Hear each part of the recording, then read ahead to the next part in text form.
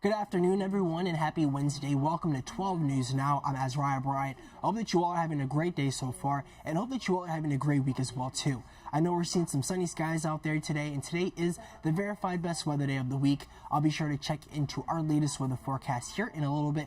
First, I do want to go ahead and get into some news that you all need to know today. The manhunt for an escaped inmate who walked out of a Henrico hospital is intensifying. Now police in Maryland are upping the reward for anyone to come forward with information about Nassim Rowlock. That spotting, told to us just this week, was from over a month ago. So now police in Montgomery County, Maryland are trying to shake things up here, offering up to $10,000 for information that leads to the arrest of suspects connected to an armed carjacking. We're also learning more about how violent that carjacking was.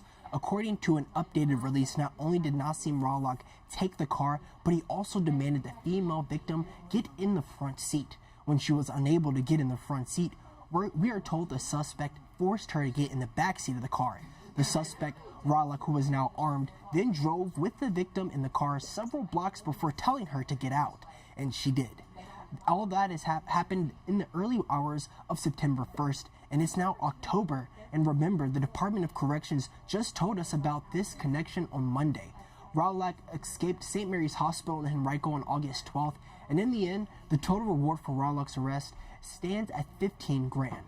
The $10,000 from Maryland and another $5,000 from the U.S. Marshal Service. So we'll be sure to keep you updated if anything new comes out of this.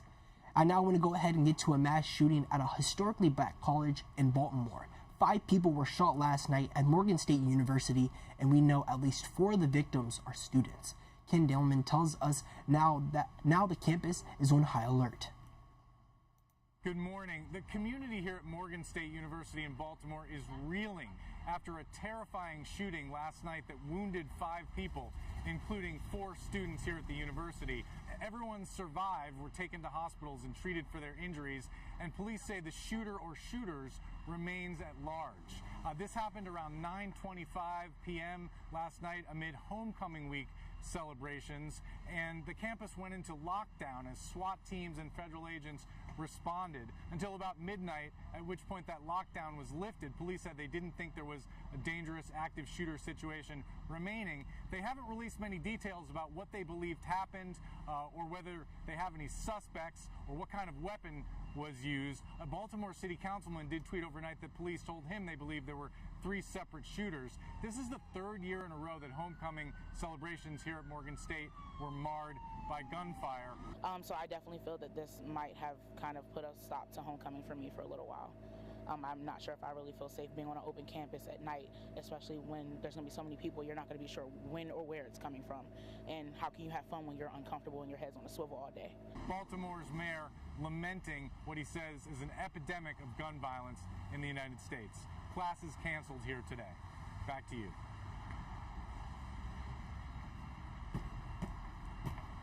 And don't be alarmed if you have a cell phone and it's turned on, you're going to hear a really loud sound this afternoon.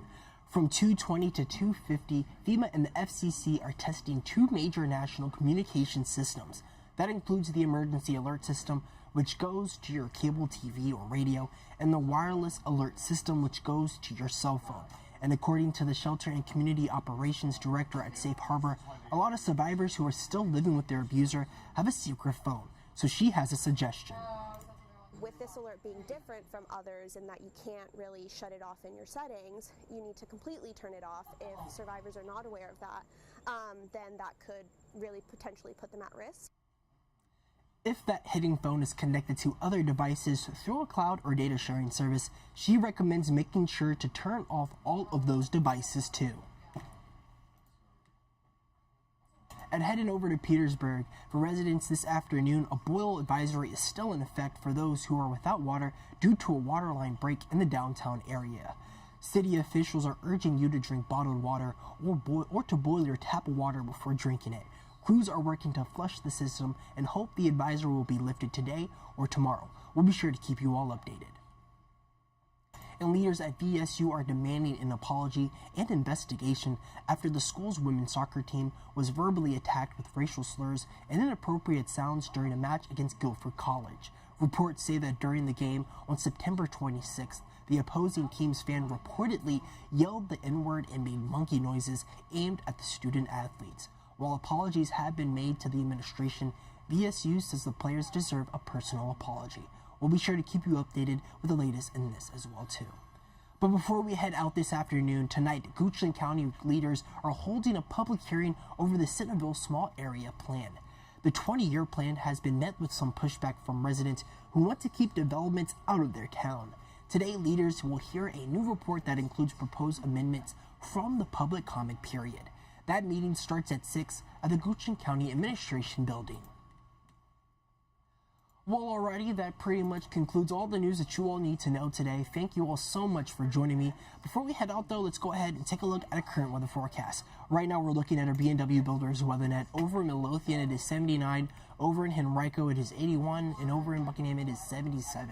So, yeah, we're seeing some sunny skies today. This is going to be pleasant. The verified best weather day of the week today, too. So, definitely get out there and take advantage of that. Highs are going to be in the low 80s. And then tomorrow, we're seeing some partly sunny skies. Lows are going to be in the mid-50s and the highs are going to be around the 80s. So we're going to be seeing some warm weather with lots of sunshine for the next couple of days before a cold front arrives, bringing in cooler temperatures and the chance of a few showers on Saturday. So yeah, definitely make sure you download our NBC 12 First Alert weather app. That way you can stay up to date with any new or unexpected weather conditions coming into your area. And also be sure to join us coming up at First Look at 3. We'll have some more news and weather and those shows as well too. And don't forget, I always like to plug myself in there. My Trending Now segment is in those shows as well too. I definitely want you guys to check that out. I think that you guys would really enjoy that. It has some funnier and some more crazy stories too that trends on social media, and I write it up for you all. So definitely go ahead and take a look at that coming up at First Look at 3. But that pretty much concludes all the news that you all need to know today. Thank you all so much for joining me. Be sure to catch us coming up at First Look at 3, and be sure to join me back here at 9 a.m. tomorrow morning. I'll have some more news to start your day. Thank you all again. I hope that you all are having a great day, and I'll see you back here at 9 a.m. for some more 12 News Now. Have a good one.